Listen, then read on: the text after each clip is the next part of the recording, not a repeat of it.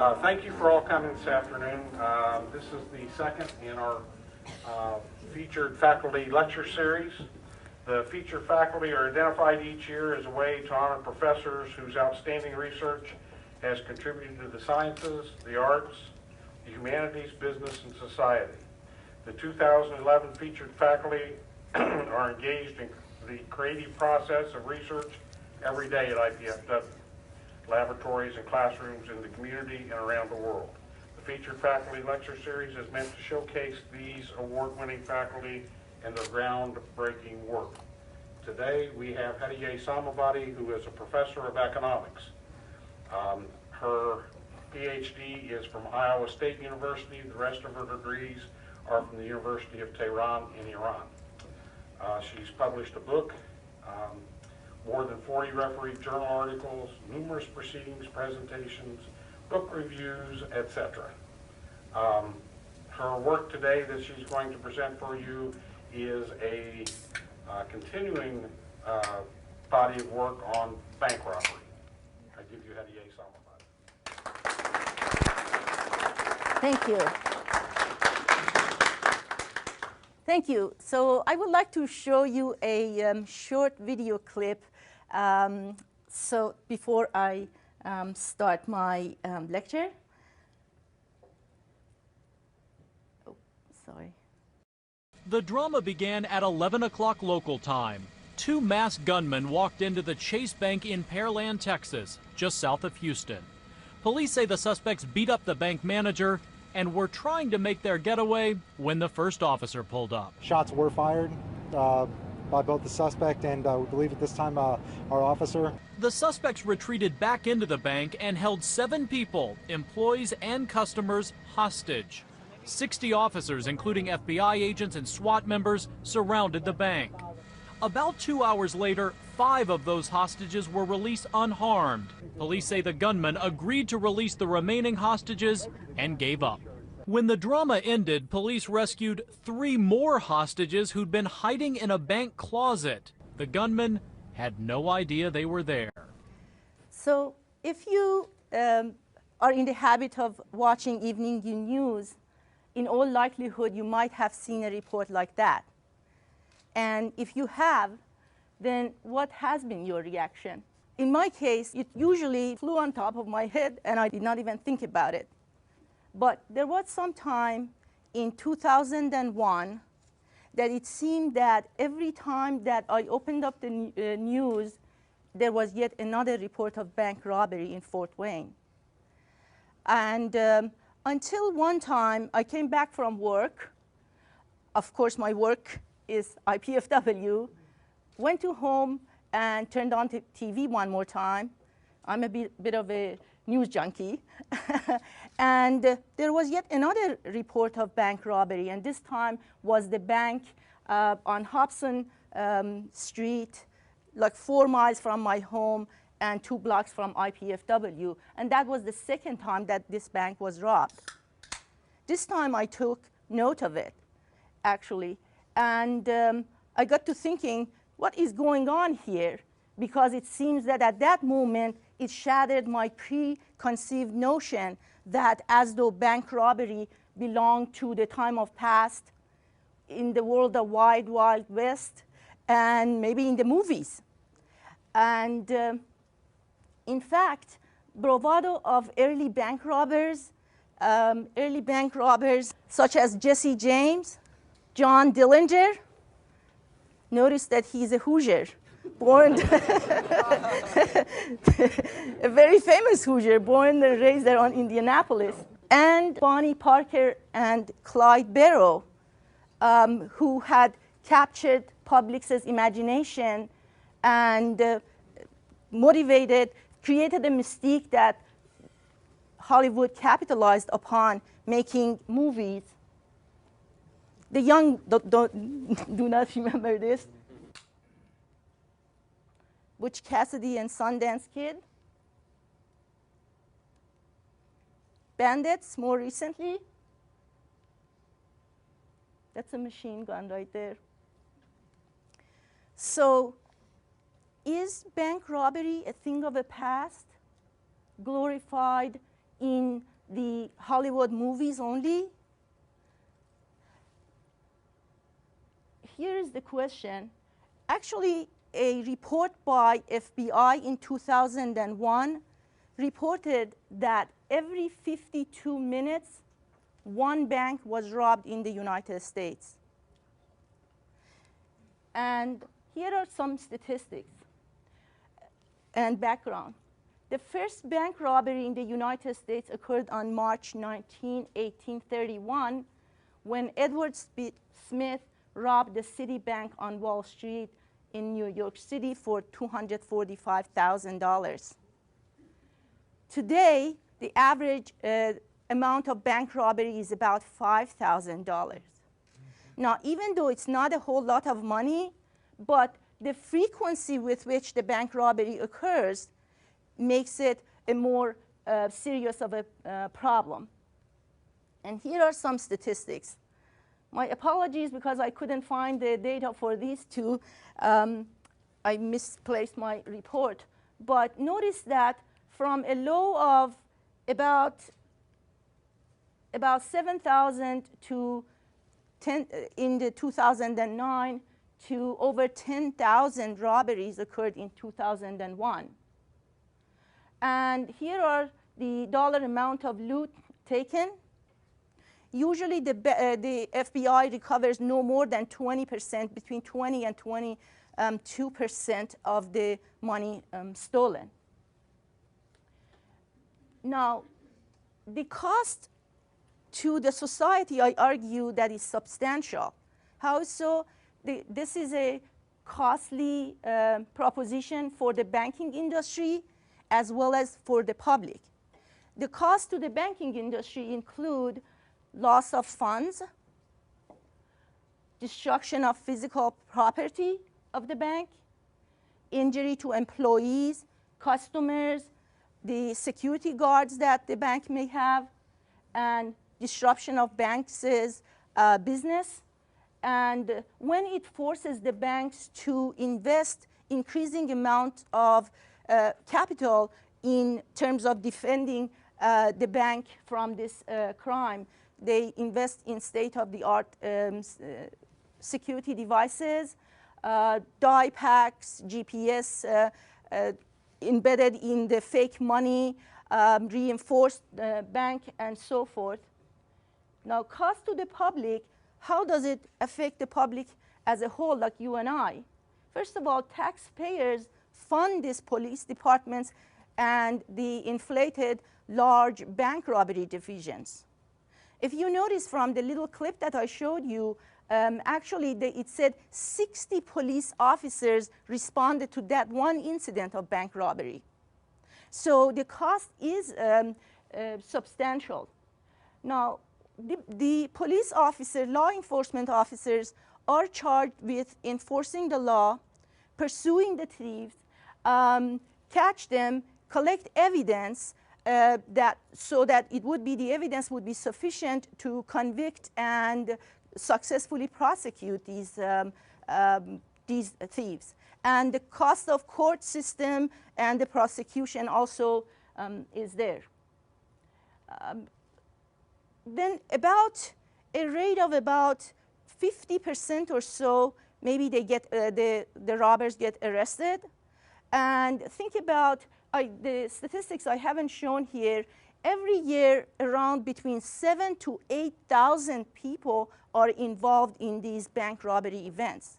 Now, even if about half of these people get incarcerated, and the cost of holding these people in prison is about $45,000, 45,000 times about 3,500, it would be approximately an additional $160 million cost of keeping these people in prison. And last but not the least, in fact, are the human costs. Death, injury, hostage taking that occurs during the bank robbery. In fact, even though bank robbery is a crime against property, but it is listed as one of the violent crimes. Other violent crimes being murder, rape, and assault. Why? Because majority of time bank robbery happens along with the firearms. In fact, it wasn't an accident. I showed you another shot of each movie that shows that the actors and actresses are pulling the gun. So the firearms and force is used that results in death, injury, and hostage taking, again, as witnessed by the little clip. In 2009, there were 21 deaths, death of employees, customers, the lifeguards at the bank, and sometimes the law enforcement officers themselves. There were 140 cases of injuries, and 94 people were taken as hostage. Now, actually, I wanted to show you one more little video clip. As revelers partied above ground on New Year's Eve, thieves were quietly at work underground, just like that scene in the movie The Bank Job. Real-life thieves had built their own tunnel. Authorities in Buenos Aires say the thieves had rented a building right near the bank last June, and for 6 months they'd been digging. A 100-foot-long tunnel. It was ventilated, it had lights, it even had reinforced walls. And that tunnel led them straight to the vault in the bank where the safety deposit boxes are kept. Outside the bank today, a line of angry customers waiting to hear how much they'd lost. This man motions they showed me my safety deposit box. There was nothing inside. Investigators hovered over the hole dug in the ground at the building next door. The width of the hole just wide enough to fit the thieves.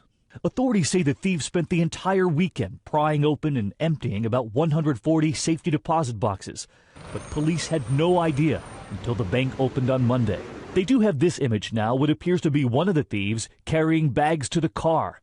One prosecutor admitted it was a really impressive job, so impressive they're not ruling out inside help from the bank. So far, they're not saying just how much the thieves got away with, but it was likely a huge amount. Because after the banking crisis in Argentina, many customers took their money out of bank accounts and put them into safe deposit boxes, thinking it was the safer route. So showing that clip, I wanted to argue 2 points. One is that a bank robbery can be harmful to the economic activity because of it creates this situation where people would have lack of confidence in the banking system. It creates a chaos. Why? It is harmful.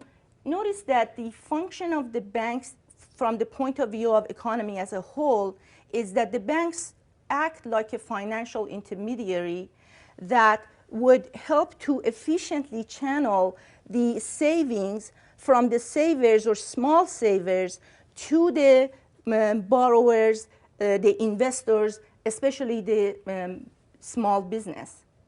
Now, when the business of the banking system gets disrupted, then it would be harmful basically to economic activity and commerce. I'll give you a very quick sort of analogy that even though here, this is the cost that I'm arguing, that even though it has nothing to do with dollars and cents per se, but basically creates an atmosphere where the people are not doing that much, are not having the trust of the banking system, and therefore kind of a situation of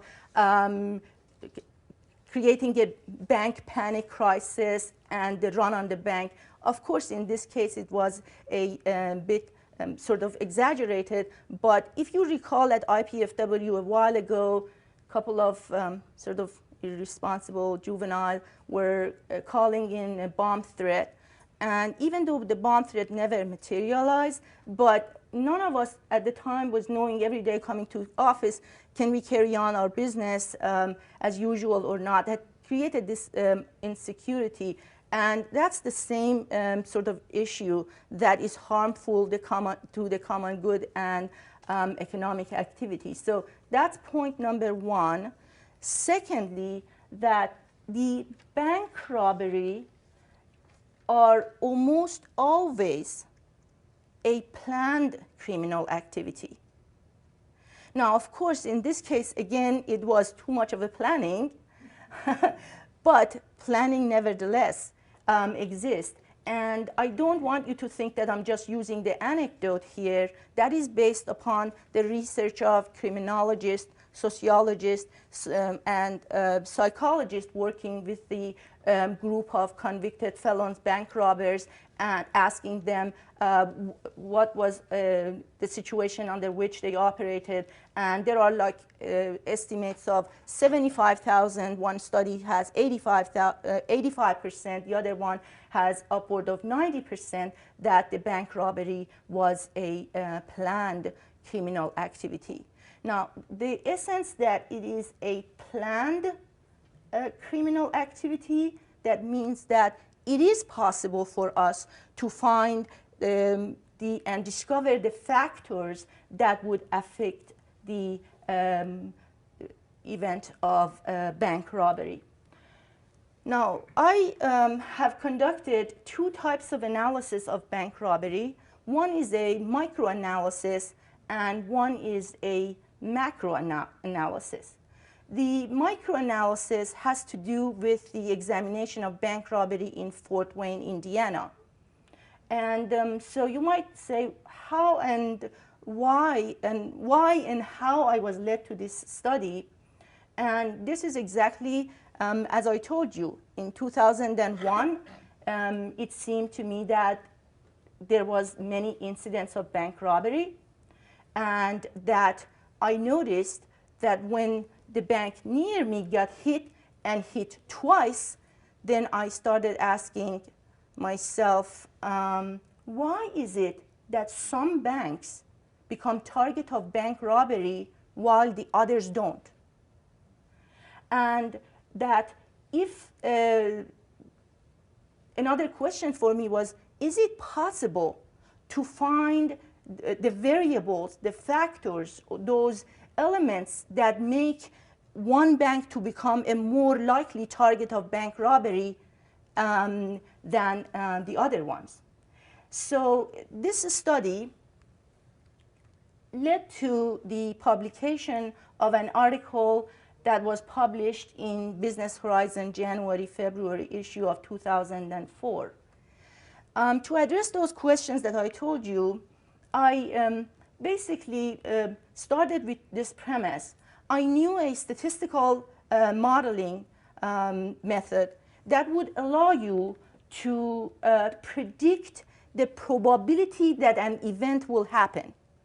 Now, either an event happens or it doesn't. So you have a dichotomous dependent variable. And for me, the dependent variable here, the dependent variable is the variable y, the event of bank robbery. Now, either the bank robbery happens, in which case variable y take a value 1, or it doesn't happen. In any case, I'm interested in estimating probability that a bank robbery will happen. I need to know what are those factors, what are those predictors, what are the explanatory variables that might have an influence on the probability of bank robbery. Now, probit model analysis transforms the data so that when you plug in your values for your right-hand side variable or predictor variables, it transforms them into a number like probability between 0 and 1. The next step for me was to identify these predictor variables, the factors that might affect the probability that make, again, a bank being robbed. Of course, I wasn't inventing the wheel. I started sifting through the literature, and the study that was conducted already by criminologists, sociologists, psychologists, and the first and foremost factor that the bank robbers stated that was important to their planning process was escape. And it's not a rocket science, it's not a surprise, of course, that the bank robbers are interested in hit and run, right? They need to get the money, cut and run. So escape is the first and foremost important factor to the bank robbers. Now, what are those factors that make escape easier? So seek out all of those. I have included a variable highway here, and highway actually is estimated as miles distance where a bank is located and the distance in miles to the nearest highway exit. Because the bank robber needs to jump into their car, getaway car, and get on the highway and get away from the scene of crime.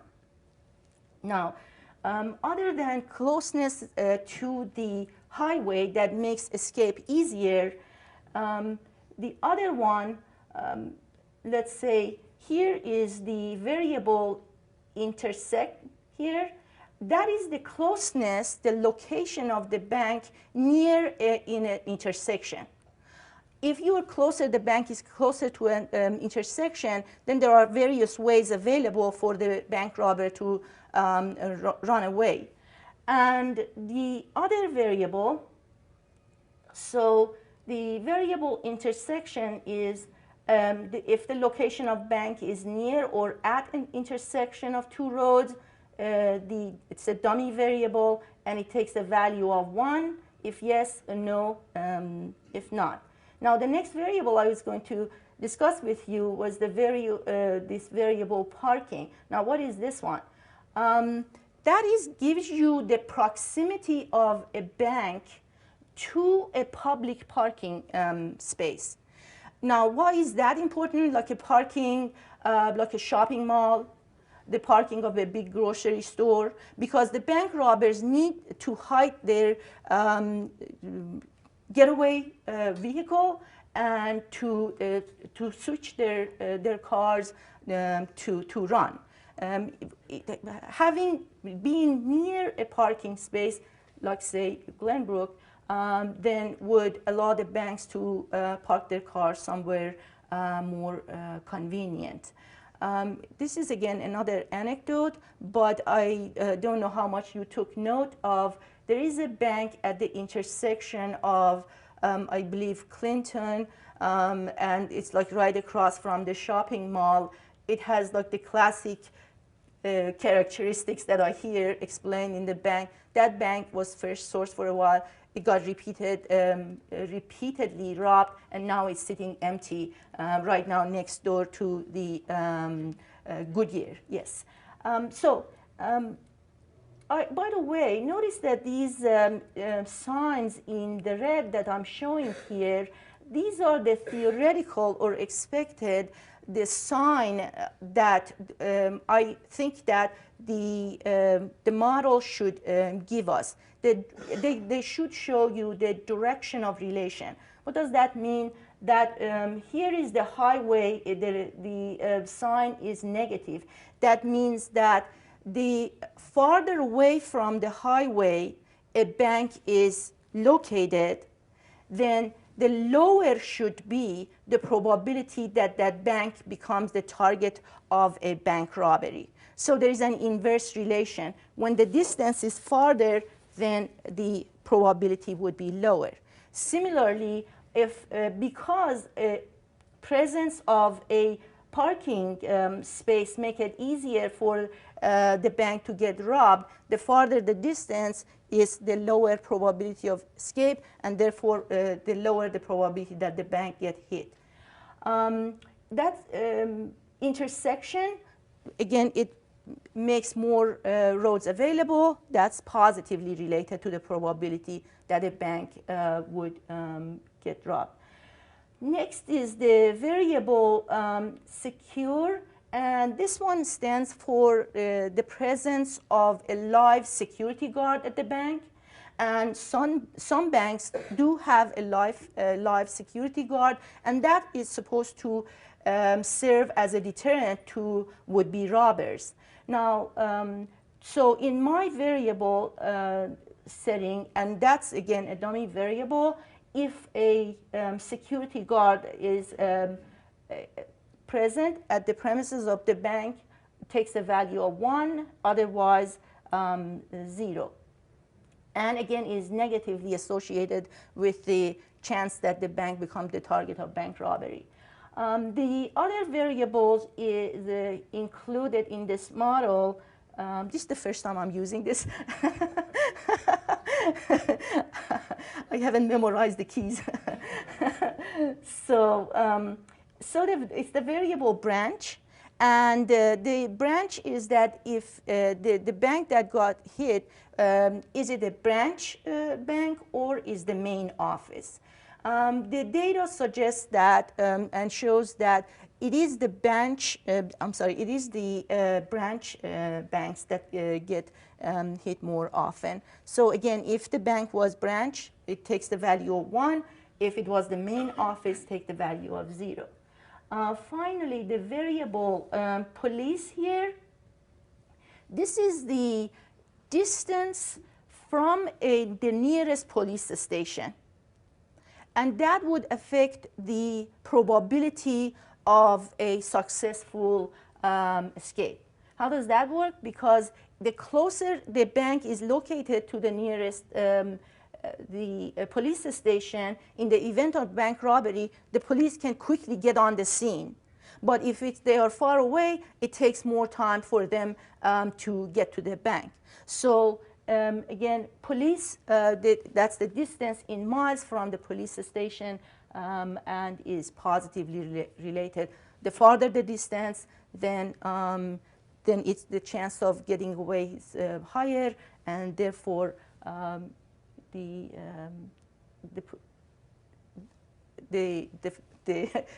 bank robbers can flee. It would be higher chance that they can hit that one bank.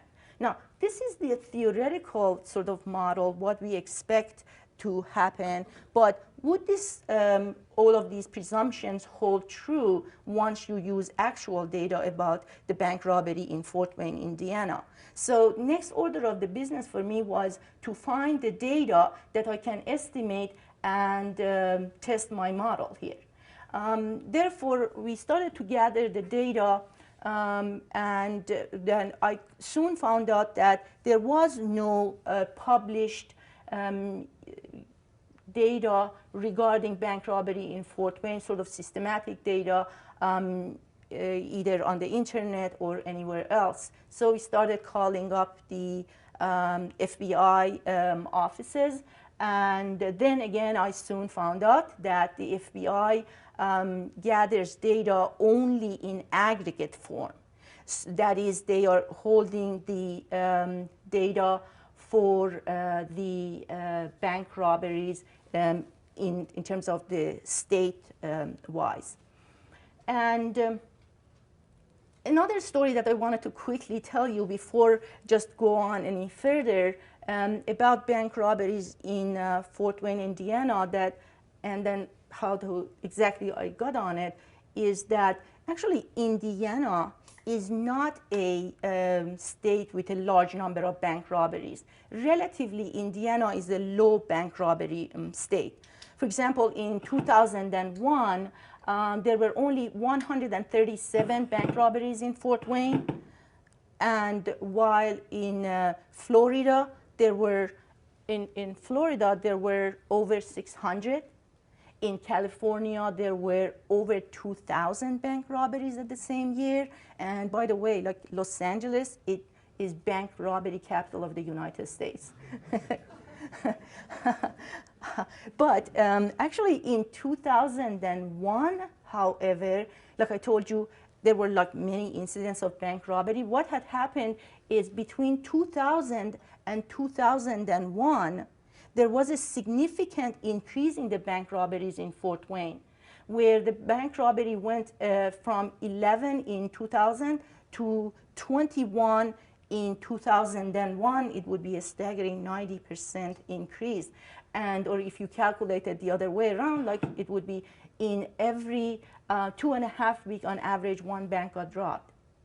So in search of the data, first of all, the FBI office couldn't help me because they had aggregate data not about Fort Wayne. And then we contacted Fort Wayne Police Department. And then much to my disappointment, I found out that the Fort Wayne, they have a bank robbery division, and they sort of seemed that they perceived the bank robbery as like each case as an independent, single individual case.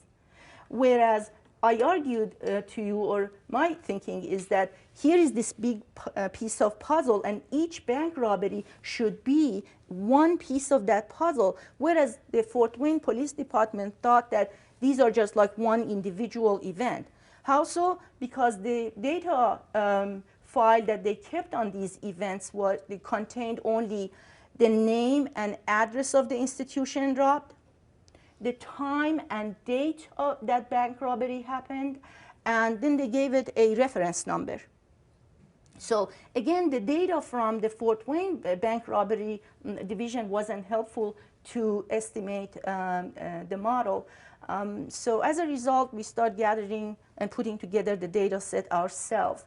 Now, when I say ourselves, is that because I had a couple of graduate students who had approached me. They were interested in doing an independent study with me, and at the time I was just going through this, and one student by the name of, I think my colleagues would recognize them, Wee Yusuf, and one was Paul Hoffman.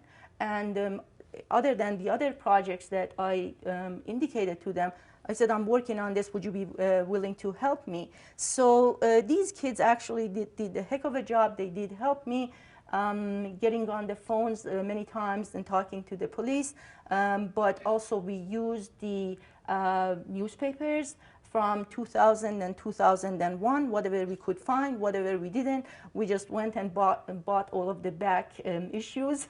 And so went through every incident of bank robbery for 2000, 2001. There were like 32 banks that were robbed, and getting on the maps, and the other ones just simply driving to the bank, having interviews to collect data on all of these variables that we had.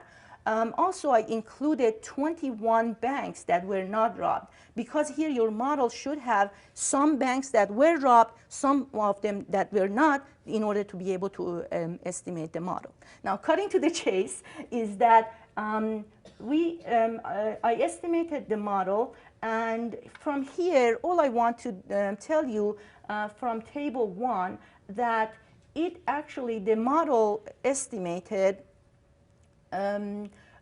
is significant overall, as indicated, by the overall the significance of the model as a whole, and is significant at better than like 3%, the overall model. Another good thing about the model was each of these variables, the coefficient, entered the model with the correct sign, that what it's supposed to predict. Now, the next table is the one that is more useful for interpretation of each coefficient. I have to tell you that as you notice here, notice that the variable branch and the variable security are not included here because they turned not to be significant. So I dropped them from the last model. Now, what does that mean?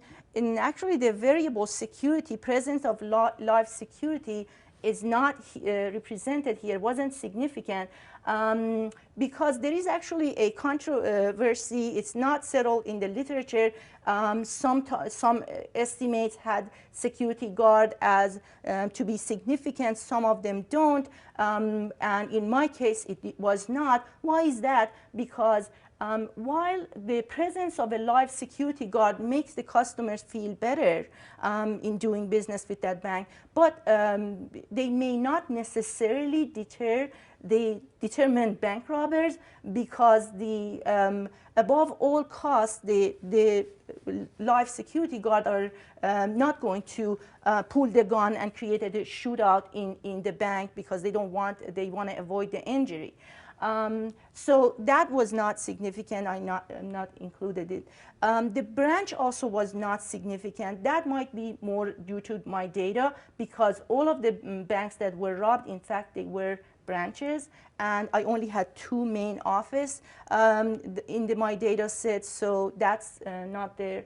Now I can just offer some interpretation of the 2 variable of all of the models combination that I estimated.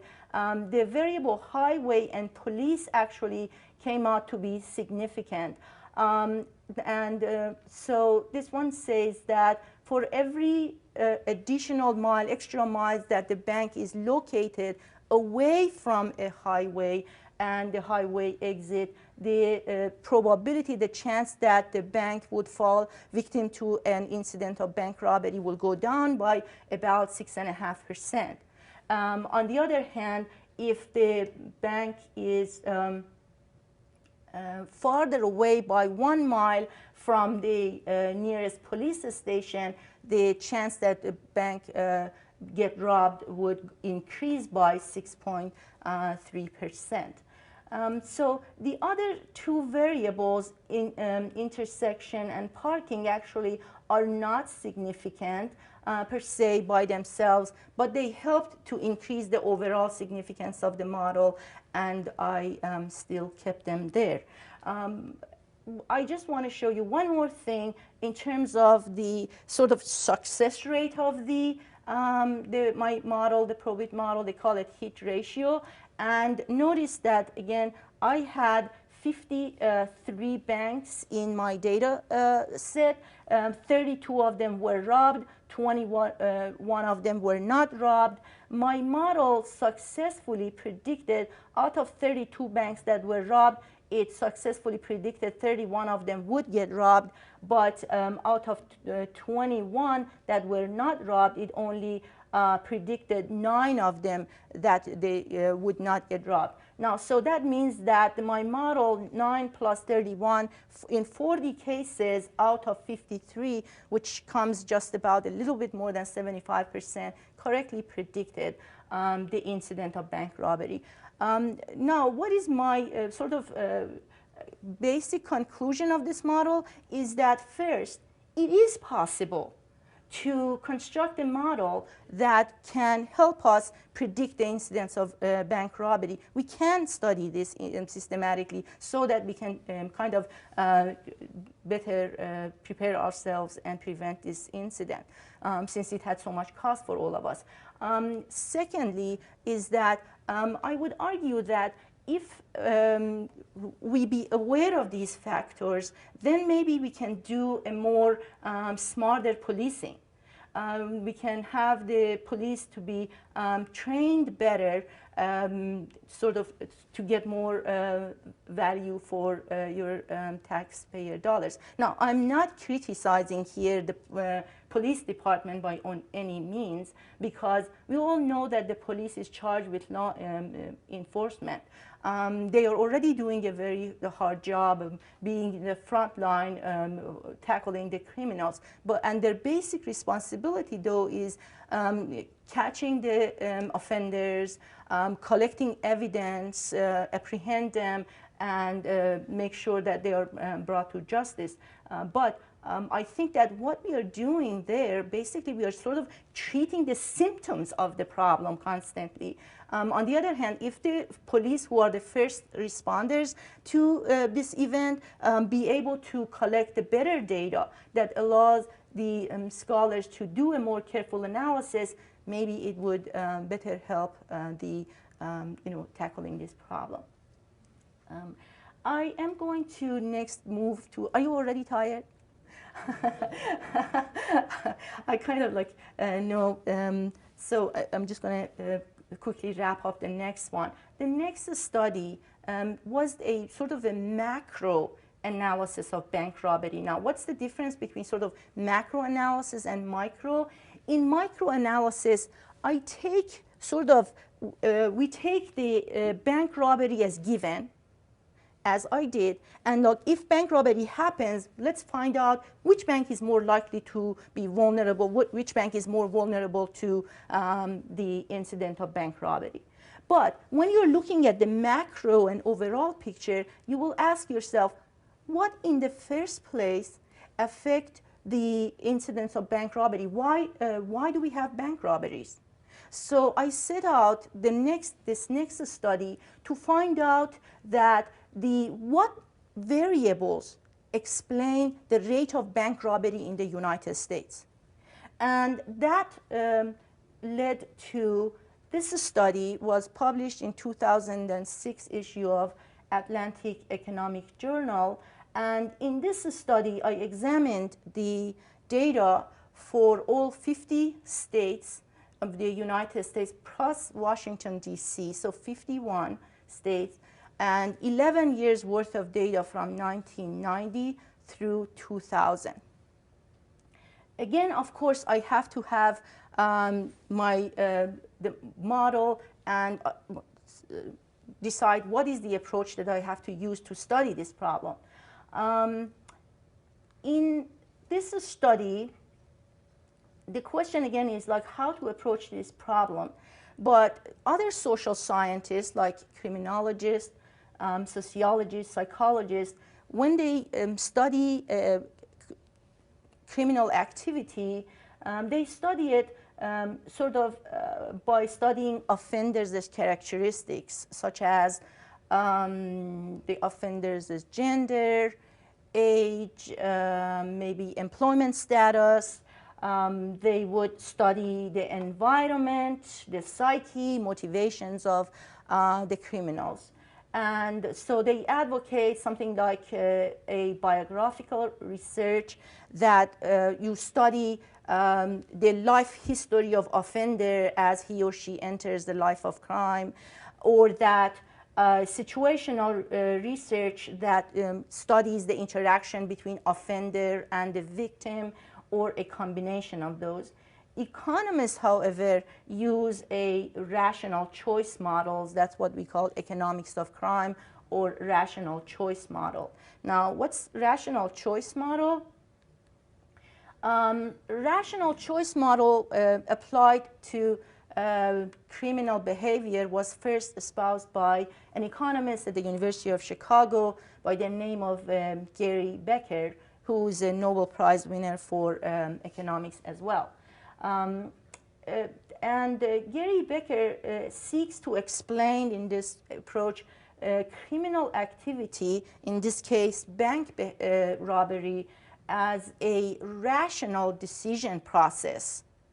Since, like, remember earlier I discussed that it's planned, it's a rational decision process, therefore it is subject to cost and benefit analysis.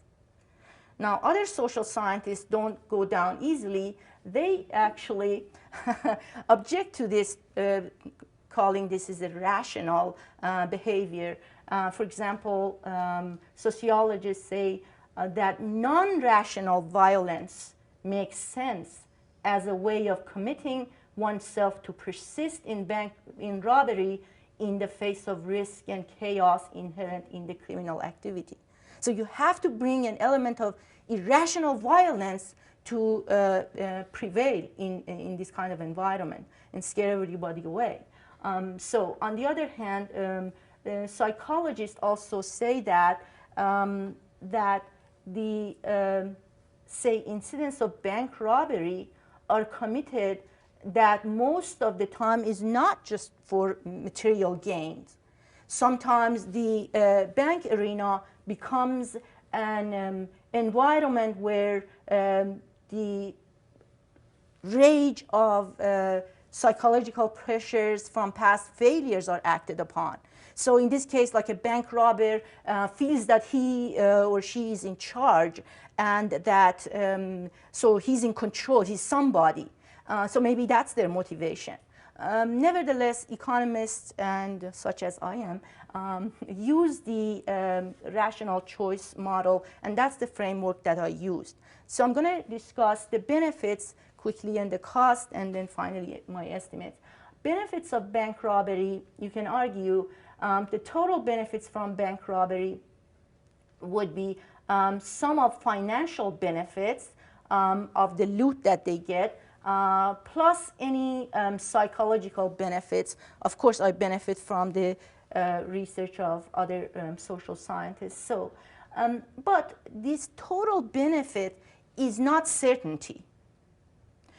Why? Because there is always a chance that the bank robber gets caught. In fact, bank robbery has the second highest clearance rate or the arrest rate among the crimes, second only to murder.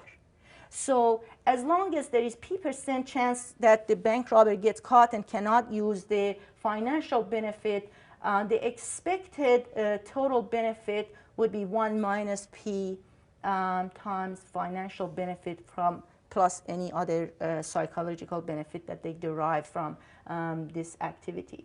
The cost of bank robbery, the total cost consists of the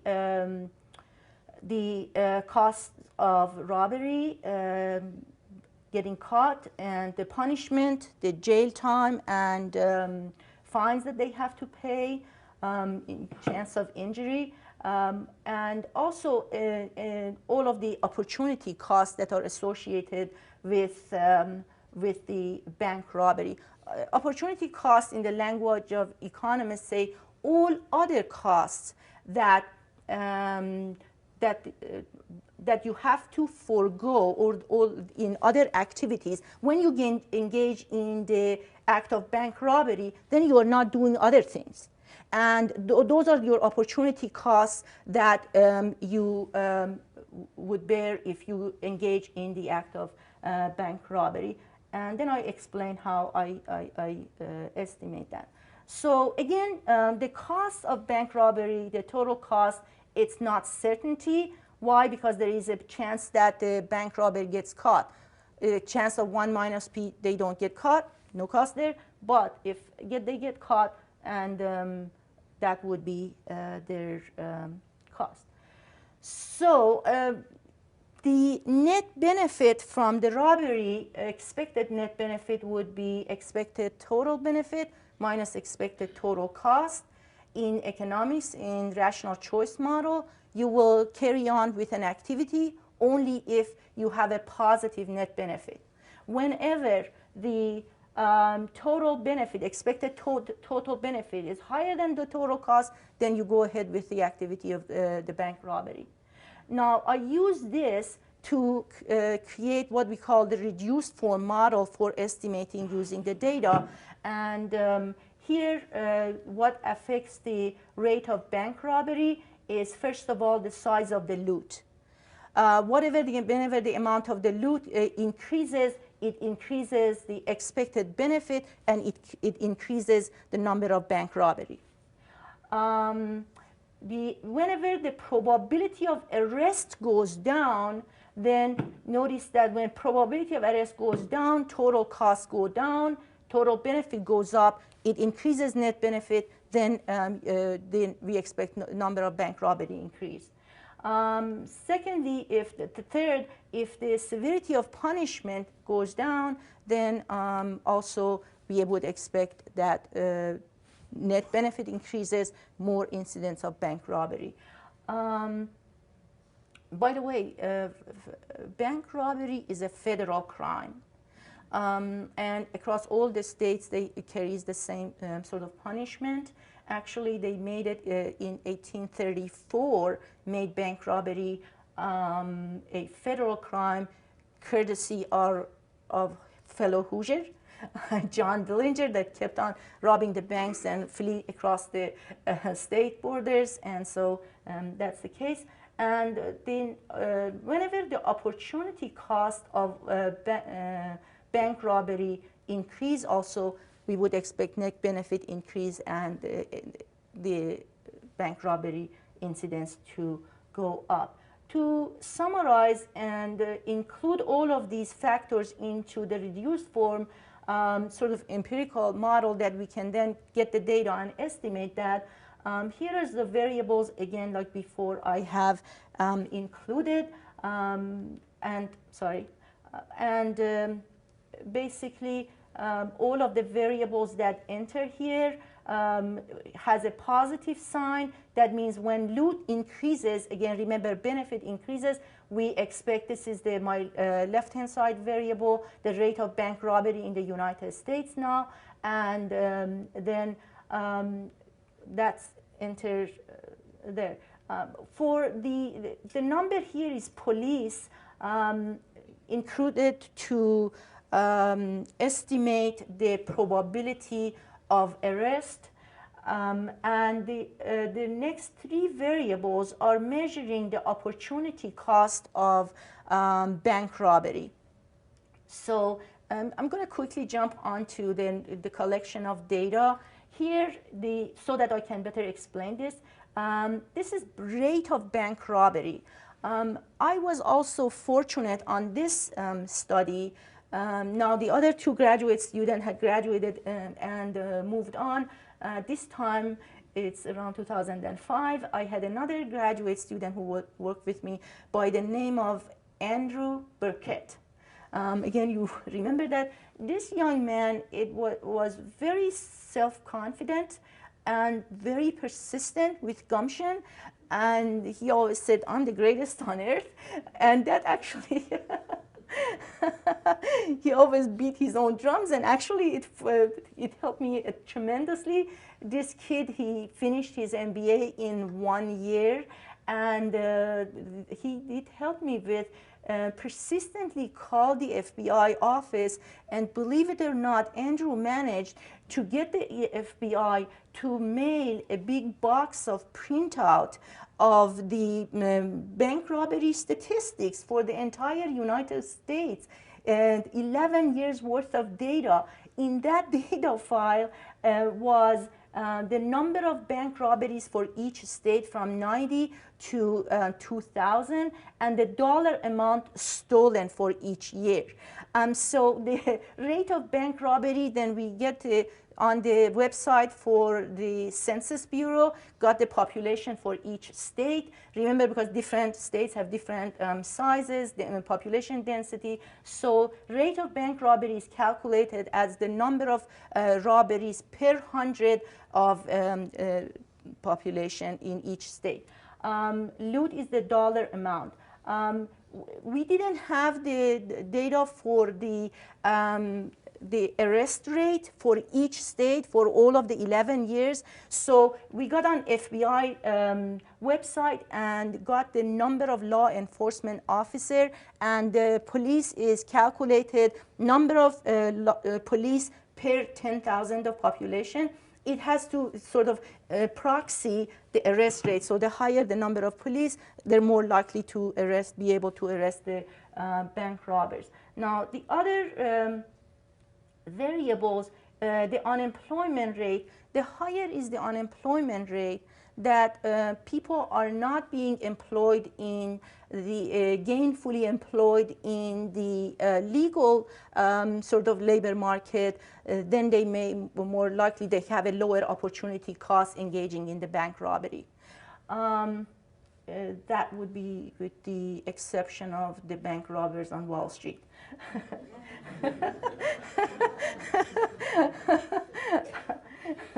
I had to put that in.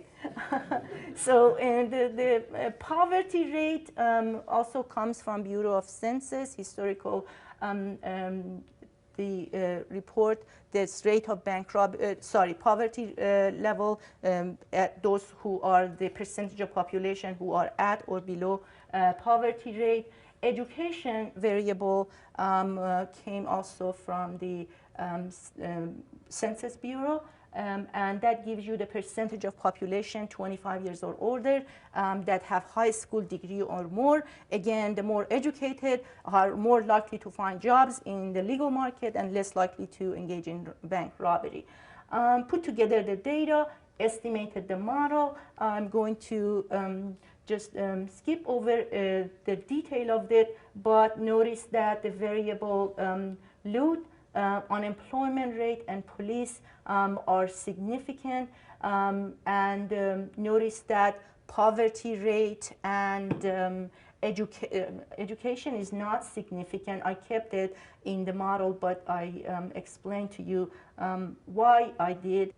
Again, the model is significant. You could all three estimations, and there were like many different ways that statistically test to see which one of these models are better. Kind of all three models give the same message, which I interpreted as the results are robust. That helps me to say that these variables are important, and say the variable unemployment rate that is significant here suggests that, so there is a positive externality of when we took policies to lower the unemployment rate, it should alleviate the incidence of crime, in this case, bank robbery. The same way, when we increase the budget of law enforcement officers, then that should help. And of course, this one increases the probability of like that make it more beneficial to the bank robbers. But the education, unfortunately, did not come out significant. I helped keep that because here's my interpretation, that actually the largest percentage of the bank robbers are usually men between 18 and 29 years of age. So if I would have had a desirable data set, I should have put the poverty rate and the education for men 18 to 29. Of course, unfortunately, I didn't have that, say, poverty rate we used for the population at large. And women, children, and the elderly make the largest sort of population of the poor. So, and that's why maybe the poverty rate did not come out significant. Also, again, this is education for not that group that are more likely to be bank robbers, but for the population as a whole.